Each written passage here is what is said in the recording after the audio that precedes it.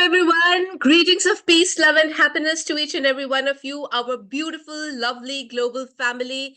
And it is so delightful to be here with you today on the Candid Tete with Alka show. And today I have with me this lovely, I would say empowered, enchanting, enigmatic, exquisite Ambassador Lynn Hill with us all the way from South Africa. So, a big welcome to you, Ambassador Lynn Hill.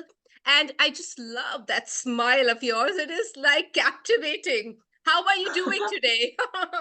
Well, first of all, thank you for that amazing introduction, and a big thank you to you and to Parker International for creating the platform, Dr. Alka. I am blessed in this moment and really inspired to be making a difference. Thank you. The platform is all about, you know that it's all about spreading smiles, it's all about positivity, it's all about connections, care, it's all about enhancing self-worth, which is so important for every individual. Yes. And we believe that this world is beautiful if each and every one of us can share our unique unstoppable qualities with the world.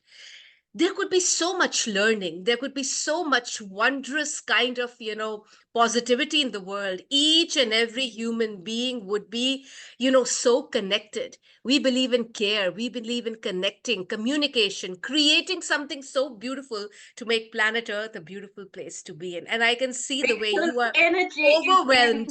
You are overwhelmed when I'm saying all this, but this is the need of the hour. It's very good to talk about big things in today's world. Yes. But the point is, do we really walk the talk? Do we really act on what we say? Is it only theory? Is it only in the air? Are we all being unreal in an unreal world? No, that's why we have you on the show today, because we are going to get very candid with you. And I know that you will not mince words in saying things in your articulate, very positive style. So, to begin with, I know that you are a poet, you're an author, a best-selling author, and multi times award-winning author and poet. And you're a humanitarian, which is so wonderful, because I think that is the core. 2023 saw humanitarianism on the rise, and I believe that in 2024 it will go even to greater heights, because we all need to be connected, not only through things in the air, but through those simple things like values, like what I said. It's all about care, it's all about connections, it's all about communications. So it's all that. And you also are a global speaker, and you are a social entrepreneur. I think that is so wonderful. But you know what, let's get to know the real you. So tell us, where did you grow up, and what is your little happy place now currently? I grew up in the apartheid era, was born into apartheid in the late 60s. And I grew up in a beautiful area in Cape Town that was very close to the mountain, to the sea, to the hills, to the trees. And of course, then forced removals had us forcibly removed from what is now considered luxury and prime areas. So I loved where I grew up. I loved Table Mountain. I loved that you could almost touch it on a summer's evening when it was lit up. And so that was my growing up, and it was beautiful. I could never understand why nobody asked me whether they could change schools and whether we could move, because I had no idea that it was the ideology that was preempting the move. My happy space right now, my happy space, my carefree space is either theater or a restaurant, because I love good food. Or it is simply immersing myself in nature with my gratitude journal, which is my Ah, best friend. so me. That's why we, bond so well. I mean, despite the fact, Sister Lynn, I've never met you in person, but we are connected through heartstrings. And the moment Energy, you yeah. said on the hills, near the hills with your gratitude journal, it was like you are saying what I completely say all the time. I feel gratitude is such a powerful, powerful force within us, and it actually changes the way Absolutely. we perceive things around us. It makes us, so grateful for even the little mercies in life. I think that's amazing. Absolutely. That's amazing. And I'm actually, because I've been staying in a city, all the time. Like I grew up in New York, then in Manila, Philippines, then in Copenhagen, Denmark. Denmark, of course, we still saw the mountains and everything, but Yeah, more or less it's been the plains. So we had to travel to the mountains to actually, immerse ourselves in the beauties of yes, nature, because that's yes. totally a different breathtaking experience. Now tell us, I know, but if one were to say that Ambassador Lynn is one, two, three powerful adjectives describing you completely. Authentic, Very good. I love resilient, this. Mm. and passionate. Ah, wonderful, wonderful. That is what I wanted to hear. Okay, now three things that make you smile. It should be patting a dog and loving a dog. Okay, It should be arranging fresh flowers that I've just bought and then nurturing those flowers I for see them at the 14 back. days with sugar water. And the third thing could be,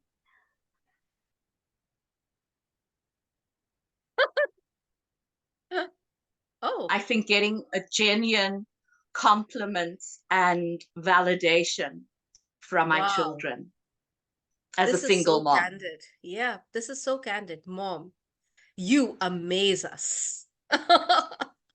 It Yeah, takes one to recognize one, dear. I just, because I know how wonderful it feels when your children say nice things to you. It puts you on cloud, mode euphoria. So that's a different kind of a bliss altogether. And I can totally resonate with what you have just now mentioned. But these Yeah. were just the little things. I know you as a very passionate, I know you as a very strong woman. You are a strong woman, and I know that in life you have gone through so many different kind of what you can what I mean, I know if I say hardships, it's a very small word. It's actually big, major, heartbreaking moments and traumas. But you know what? Look at you. You've survived them all. And so beautifully, you're sitting in front of us in your enchanting way, enigmatic, exquisite way. And you are chatting away, chirping away so merrily and, so from the heart.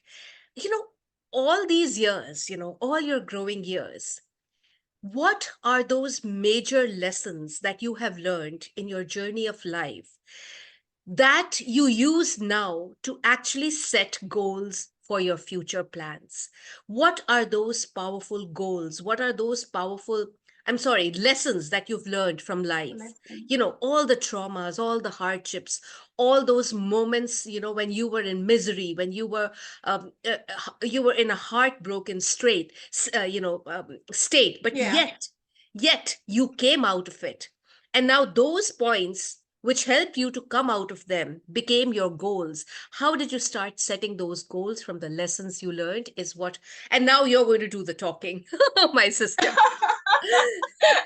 It's a multi-layered question, and I think a Yes. lot of the lessons, Dr. Alka, as a 16-year-old, even they were just an organic response Hmm. to survival mode in what I now am able to retrospectively look back on and say, wow, you applied existentialism before you knew the principle existed. So, my first lesson was, for those who don't know the background, I was very, very brutally raped at the age of 15, and really crossed over had a near-death experience and then was retracted back. Weeks after that had happened, I made a conscious decision that this trauma, this pain could not define my destiny, that I am not what happened to me, but I will always be what I choose to become despite what happened to me. And so I think self-definition, just weeks after I had gone through that trauma as a little baby girl, saying, you know what, no violator, no perpetrator is worthy of lifelong attention. And if I had to succumb to victimhood and draw my entire rest of my identity from what had happened in one moment in time, I would never be able to optimize my potential. I would never be able to adhere to my divine calling. And so I pushed on and I pushed through. And that translates into one of the lessons, which It's all is on the your own, vision. Sister Lynn. Was it all on your own? Or was there someone who pushed you forward, someone who actually motivated you and made you come out of those moments? Or was it you? Was it majorly I, you yourself? I think there was a support network, but I think the primary decision was I could never hear the voices saying to me, don't give up on your dreams. That was a self-driven, self-pitched voice from the deepest part to know what the divine creator had placed on the inside of me. And I Right. think even as a 16-year-old, that was and remained uncompromised. So for me, and then of course going into adulthood, was the vision always has to exceed the perceived limitation, because limitation is a perception. We Oh, are yes. born limitless. We are born unconditional. Yes, We are born absolutely. fearless, and we are innately so. So that was one of the lessons. The other was find the purpose in the pain, find the purpose in any given moment, and make whatever experience you're going through and where you feel that it's happening to you, fetch it deep enough and hard enough and passionately enough to say, how can this not only assist me in the escalation of my consciousness, but how can I use this for the escalation of the collective consciousness of humanity? How can I use this as an addition to my gifts and an enrichment to my calling to make this world a better place? And then gratitude has been my other lesson, because gratitude defines perspective. So as much as people say, Lynn, how could you ever be grateful for 2 rapes that went down in your life and abuse in between? My response to that and the lesson is that I would never ever have become who I am today had it not happened. My offering to this world would not have been coming from the premise of deep spirituality that it does had it not. And so, in a mantra, pain crafted my consciousness and my character. And then forgiveness. Forgiveness was the other thing that really freed me. On the first count, I hung onto it for 23 years, and realizing that when I forgave, I didn't only free myself, but I freed the person as well, or vice versa. It took me 23 years and it was long, but also forgiving that person and releasing that person was me 23 years later coming to the realization that the trauma was never my fault, that the trauma was never mine to own, that I was simply an object of his displaced anger, and that wounded people wound people. And today, to any victim of any form of dehumanization listening, just know that you are still priceless, that you are still the untainted essence that has been placed on the inside of you, and that is what healing does. It makes us reclaim that essence, reclaim the innate power, so that we can bless this world in a huger way. Wow, that's so empowering. I mean, and listening to that, you are such a strong person. I mean, that's the one thing I can say because, normally If something like that happens to a girl, I mean, they would just, go into their own shell, and for many years they would not come out of it. They would not want to actually go out there in the public. They would just want to stay away from people, from things happening around them. They would just go all quiet. This, I believe, I've seen such girls. But you are a strong woman, and you are actually an example, and this is for all those women out there, all over the world. If you have gone through such kind of an experience, just be like Ambassador Lynn Hill. Forgive, heal yourself, rid yourself of that baggage. Because, if you just keep on thinking about it, it's just going to add to your miseries, right? And there was one more thing you said about being limitless. You don't know what your potential is until unless you actually try it out. And maybe, God made you God had some important, very, very powerful mission for you, a purpose for you on planet Earth. And so he made you go through that pain so that you could be the voice. You could be the voice of humanity. You could tell people that this is wrong. And we have many, many examples also, in if you go back into mythology, or you go back to epics, or you go back to those stories of morals. We've had those wonderful people who had to do some kind of sacrifice in order to make humanity realize what Yes. they should be doing. And you, my sister, I mean, you are amazing. Thank you. Absolutely. And now tell me, have you how are you empowering women? I mean, I know that this is a major task that you do through your writings, through your poetry. I know that you have these very motivating and encouraging lines to say. You are trying to make women have a strong voice. Did you face any difficulty in actually, trying to talk to a girl who was probably crestfallen, who was heartbroken, and how did you manage to reach to her? How did you, was it a challenge? Did you face any challenge in actually making your voice reach her, or making her understand what you wanted to say? I mean, was there any challenging moment during your journey of empowering women? I don't think so. Not for the woman I was trying to empower, the actual woman I was trying to empower. The challenge was more the female gatekeepers who closed doors because I was going to reap. I was going to reap financially. I was going to reap visibly from a brand visibility perspective. Brand visibility no longer matters to me. My purpose is my brand. My calling is the visibility. The titles don't matter. I'm detached from them.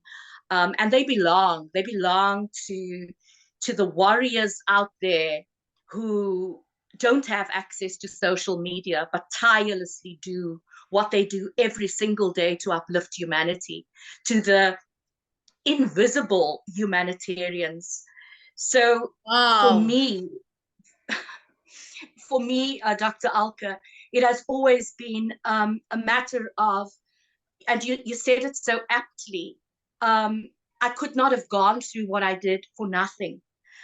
One of my favorite lines by Marianne Williamson is, as we let our light shine, we unconsciously give others permission to do the same. And as we are liberated from our own fears, our presence automatically liberates others. And I always knew that the story, the content, the healing, the inspirational trajectory could never, ever be for me and about me, but it would be for others through me. In other words, I'm simply a conduit. And I remember sitting in therapy at the age of 17, going through the most hectic post-traumatic stress disorder. And this psychologist would say to me, I fully understand. And I would want to scream, I silently scream at her and say, nobody can ever understand unless you have been there. And Yeah. that was the moment that actually birthed the trajectory for me to study psychology, undergrad and postgrad, to know, to be able to sit opposite a woman and a man, never mind what form of trauma they've been through, because trauma is trauma and pain is pain. to be able to say, I get it and I connect with it because I've been there. That makes the rest of the counseling and the healing process just 1,000 times easier, because you are connecting at heart and soul level. You're not connecting at the level of intellect and mind. So my experience when I sit in those moments, I actually say, thank you that I'm able to assume this holding space for someone else, which I would not ordinarily have been able to do at the depth at which I do it, had I not gone through what I went through. And when we take on that perspective, we tend to judge our episodes of trauma less. And when we are in a state of non-judgmentality, purity of intentionality, just with the want to and desire to want to use our gifts and talents to uplift humanity, then significant impact is inevitable. And we create the ripple, and the ripple creates the ocean and the waves Yes, in that ocean. absolutely. You're so Yeah. right. You're so right. And so well said, actually. I was just totally immersed in those powerful words of yours, phenomenal words that had a deep, deep impact on me. But yes, it's been quite a journey. You mentioned, somewhere when we talk of, trying to make this world a better place to be in, we keep on saying it. Where do you think are the loopholes? What do you think are things that we still need to understand and consciously? I know sometimes, you really need to consciously first not only make yourself realize it, but also make others realize it. That, what you're doing is so against humanity. The fact that people play with minds, it's not only physical. I mean, we've talked about the physical part of it, Absolutely. but a lot also depends on the mental. People abuse you, humiliate you, traumatize you mentally.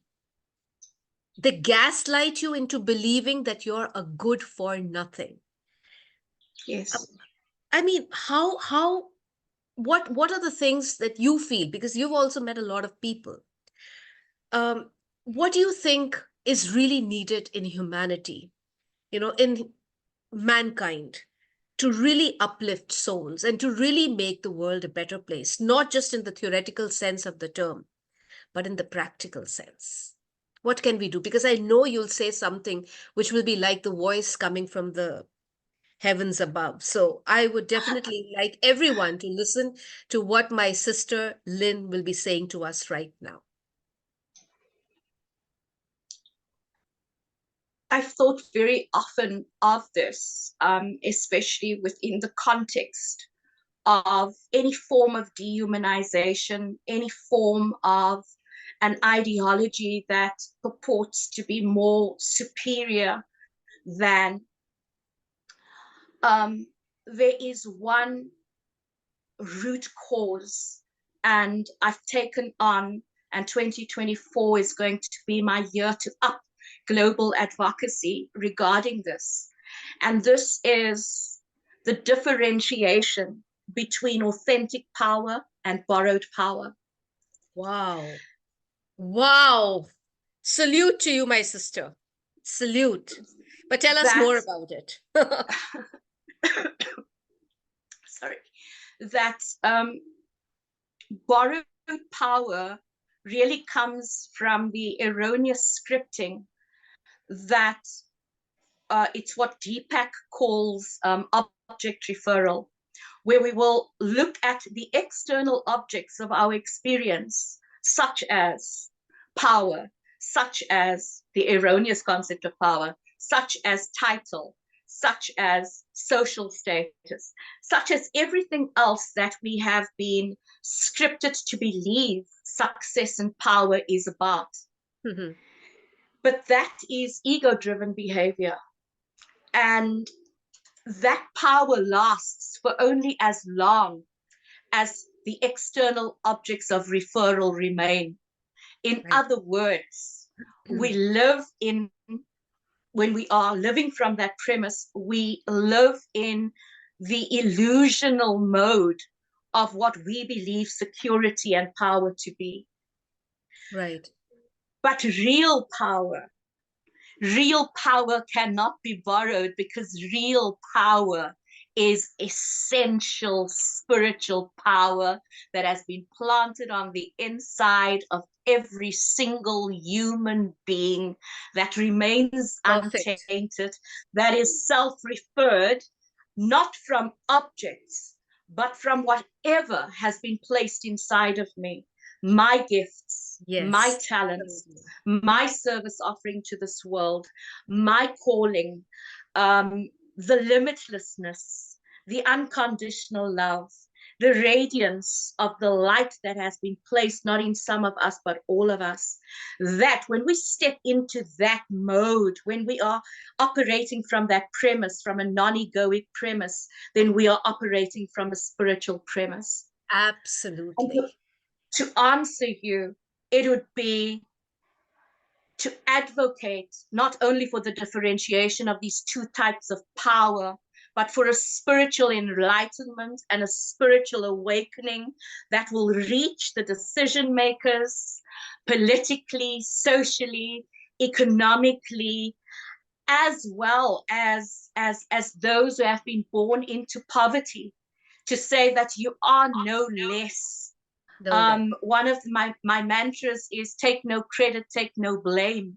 And that you are neither superior nor inferior. You are neither above nor beneath. And this is what self-referred power is, to know that I just am. I'm not above nor beneath. All I can be is my highest version of my truest Well, self.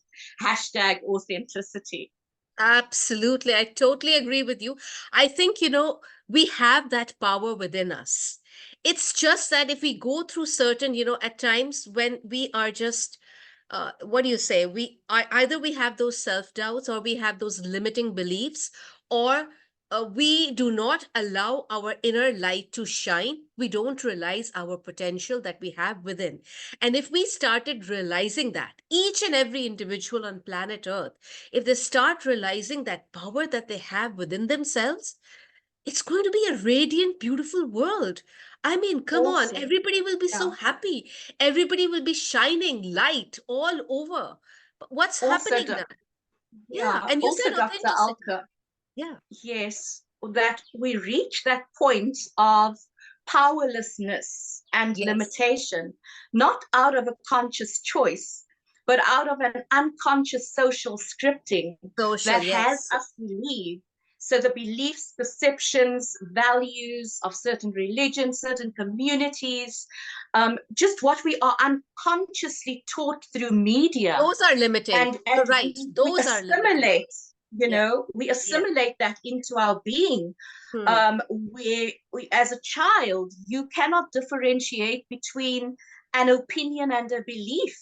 And if you Yes. hear someone else's limiting opinion of you far too repeatedly, even if you're looking at ideologies such as patriarchy and apartheid, then you begin to believe the opinion. And a part of our awakening as adults is to rescript and to get to a point of saying there's going to be value in me rescripting all of the stuff that they told me, all of what I assimilated into my sense of being as in an unconscious way. So it's no one's fault, but it definitely is our responsibility to Yeah. begin to identify and acknowledge our limitations, our learned limitations, our learned fears, our learned Learned. behaviors, That is a key learned word. unconscious self-sabotage, because we didn't just become it. It was social systems that were designed to make us believe in the limitations so that we could believe in the erroneous expression of power in this world. Yeah. And that's why we get stuck in a rut. We get stuck Yeah. in something which has negative impacts and negative repercussions. And that's the time, the power within sorts of starts dimming, and we don't realize it. We don't even use it well. We just go blank. We go blank. We feel as we are nothing without those boundaries. Those boundaries are what can define us. We actually become fearful. We're fearful that if we do something which is not as per the scripted norms of the society, of a community, of a country, of an organization, what will happen? What will happen to us? I mean, will we be taken to True. task? We're so scared. We're True. so scared. So I think And that is what we need to. You're so right that that is something which we need to actually come out of. and And also just attaching to that, when I mentioned just now earlier, mhm, object referral, drawing and borrowing power from external objects of our experience. But one of the reasons we do that is because ego is addicted to approval. Ego that's is so candid. addicted to That's why we're having criticism. the wonderful, lovely ambassador. Ego is addicted to validation, Absolutely. and You said it. again, that comes from the scripting. That is what we were taught, Yes. covertly and overtly. But when you come into and step into the trueness of your divine self, your divine essence, you step into the realm of authentic identity. And Absolutely. authentic identity cannot ever be masked. Authentic identity simply just is the easiness of your beingness in the most incomparable, unique, and highest of ways. That again, you cannot be someone else. And I think a lot of us go wrong trying to be everyone else but our best selves. Absolutely. Absolutely. You're so right. And when I was in my mid 40s when I came to terms with my divinity, Hmm. my queendom. And it's like been this morning I was thinking, sure, Lynn, it's actually been a 12-year journey. And that was the moment of Well, realizing Ambassador, I Sister am. Lynn, let me tell you something over here. You realized it in your fourth decade. I realized it only in my fifth decade. So But that's what this is that makes you about. It's smarter. about saving other queens the time. Ah, It's about saving them the time. right, And that's right. why we share, and that's why we connect, and that's Absolutely, why we share the absolutely. lessons. I want to save young woman time, Dr. Alkas. Oh, so wonderful. This is wonderful. I'm just loving each and every power moment. That every moment of and every word that you're just sharing just now, is so, what do you say? It's so energizing to listen to this. It's so energizing to listen to people, whom you feel that you can connect so easily. And I think that is why the very first meeting and I just sort of connected. It was like, oops, instant. It That's the was a way. That's the cosmic, it kind of, was a yeah, cosmic collision. it is. It is. I completely believe in these relations.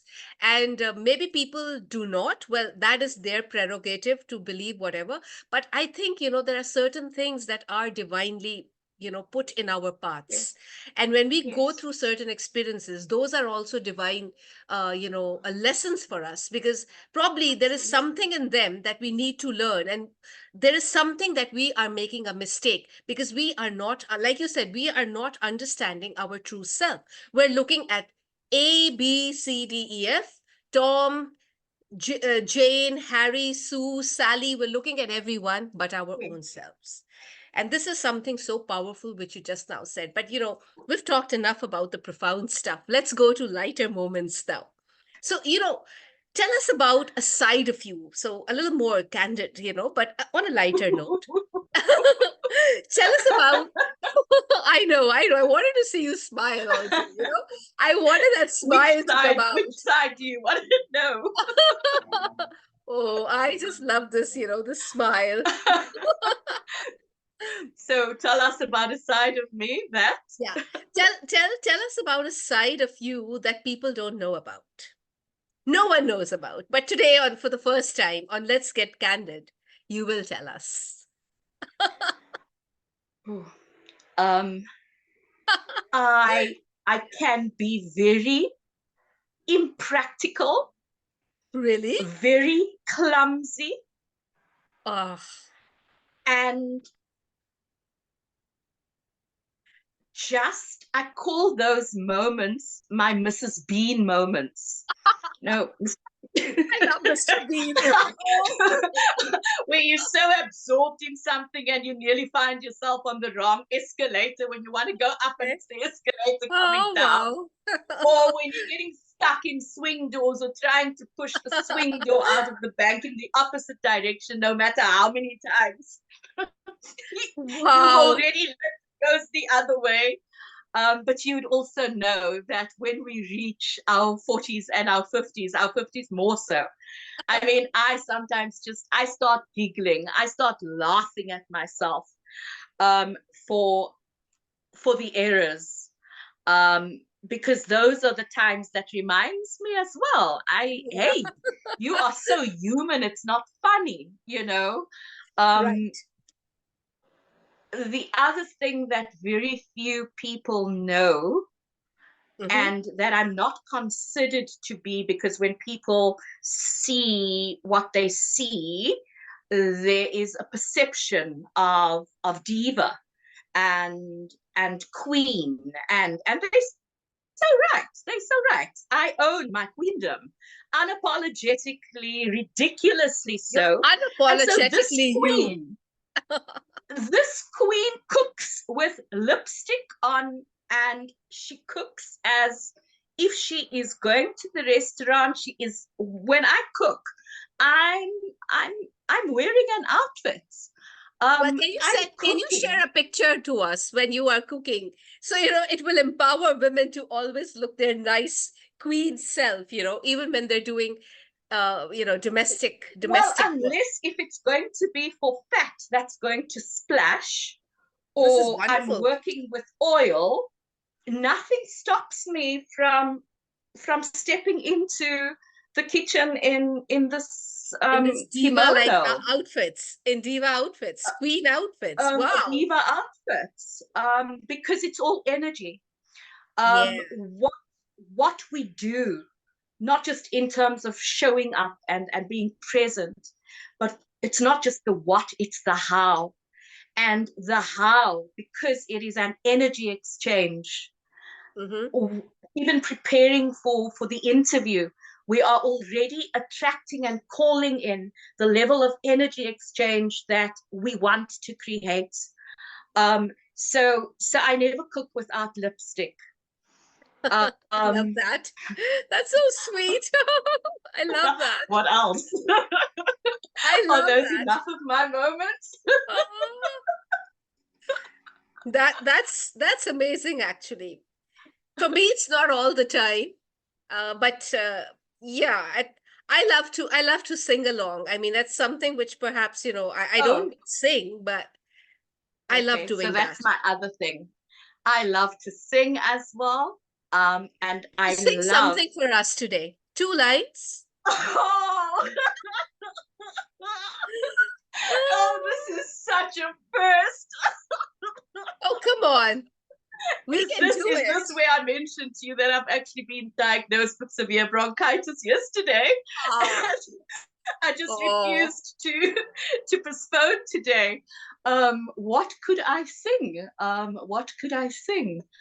What song is there? a song that brings a smile. Any song? A song that brings A a smile. smile to me. I mean, Um, what are the songs that you like? For example, I like romantic songs. so I love romantic Yeah, songs.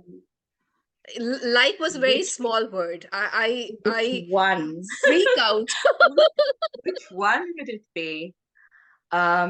Sure. I love the Barbara Streisand and Celine Dion one. I love Tell Him is one of mine. Celine Dion, I which one? love the prayer, so perhaps I could Okay. do the first verse of the Okay. prayer Okay. Okay. Okay. by Lovely. Andrea Bocelli and Celine Dion, and then who was the other one who sang it? Okay. Wonderful.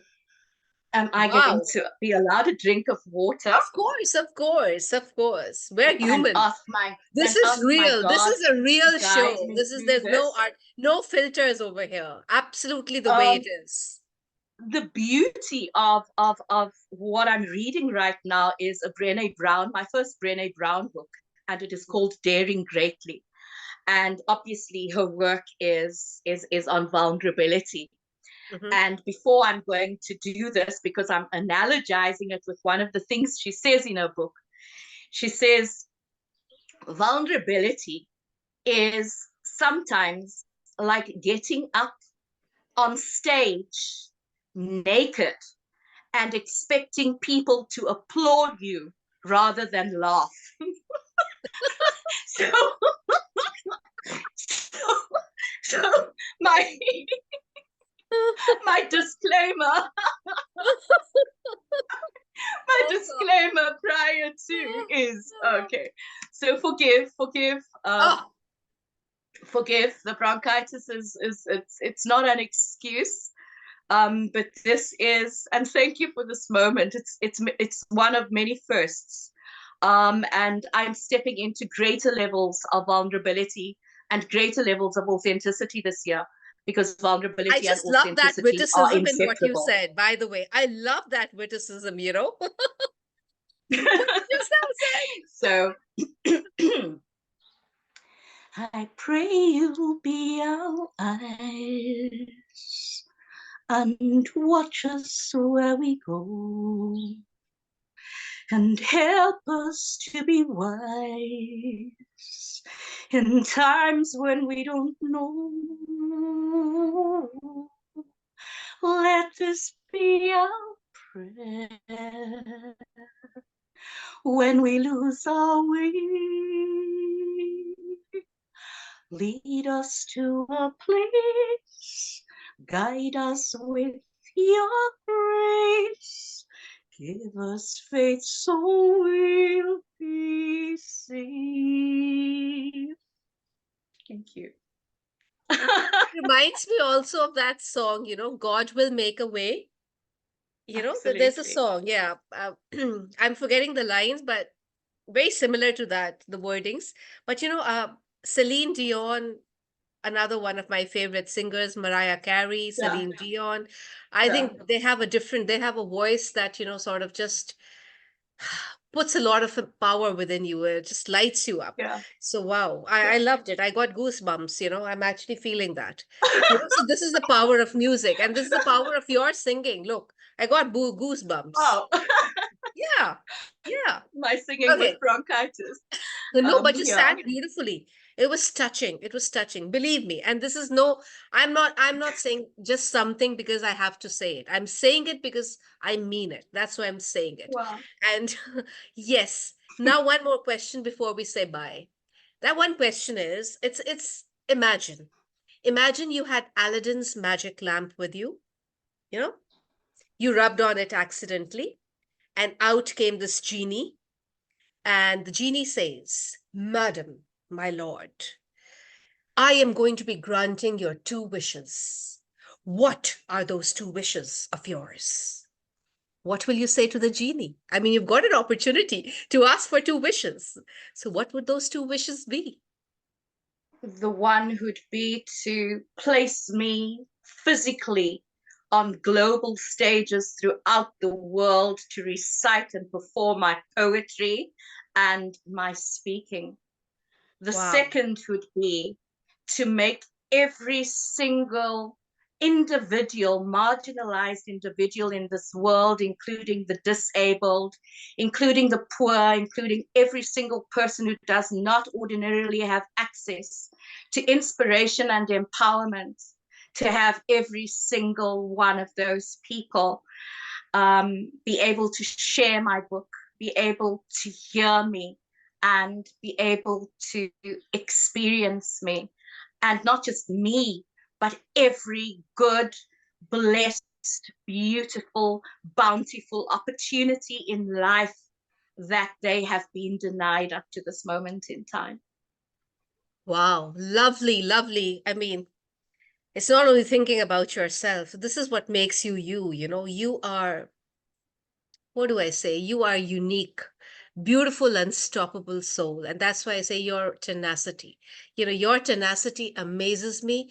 And I love the way you share things. I mean, this I always say this, and I'm saying it to you as well. But I would want this to go on, but I know your bronchitis, and I don't want to further, But yeah, I would love to have you again and again on different shows, so that you can share these messages, so that people can be inspired, ignited, and they also in themselves develop this power, this power that they have within, which is dormant. They need to just manifest it. They need to just manifest it and put it into action. And once they do that, wow, they're going to be remarkable, just like you.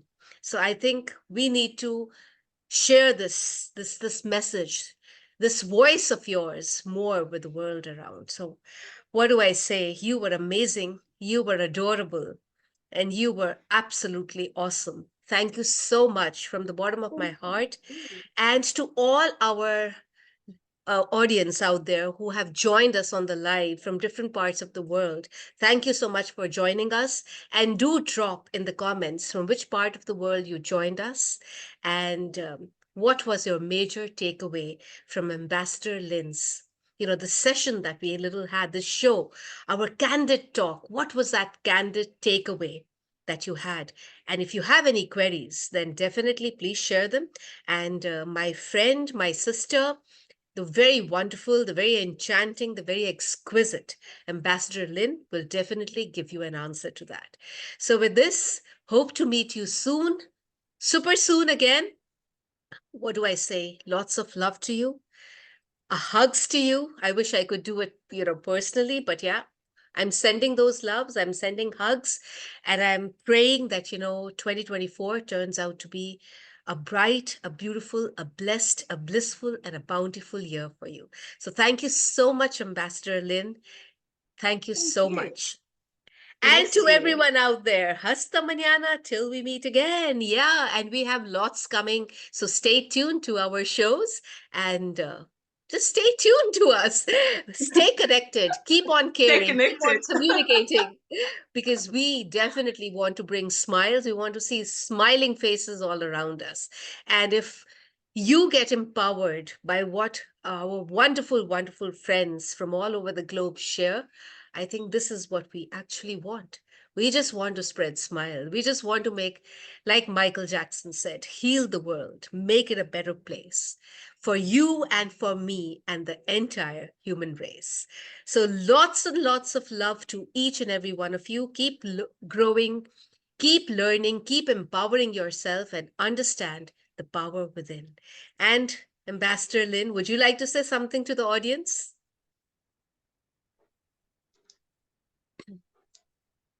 It's not about searching for the power.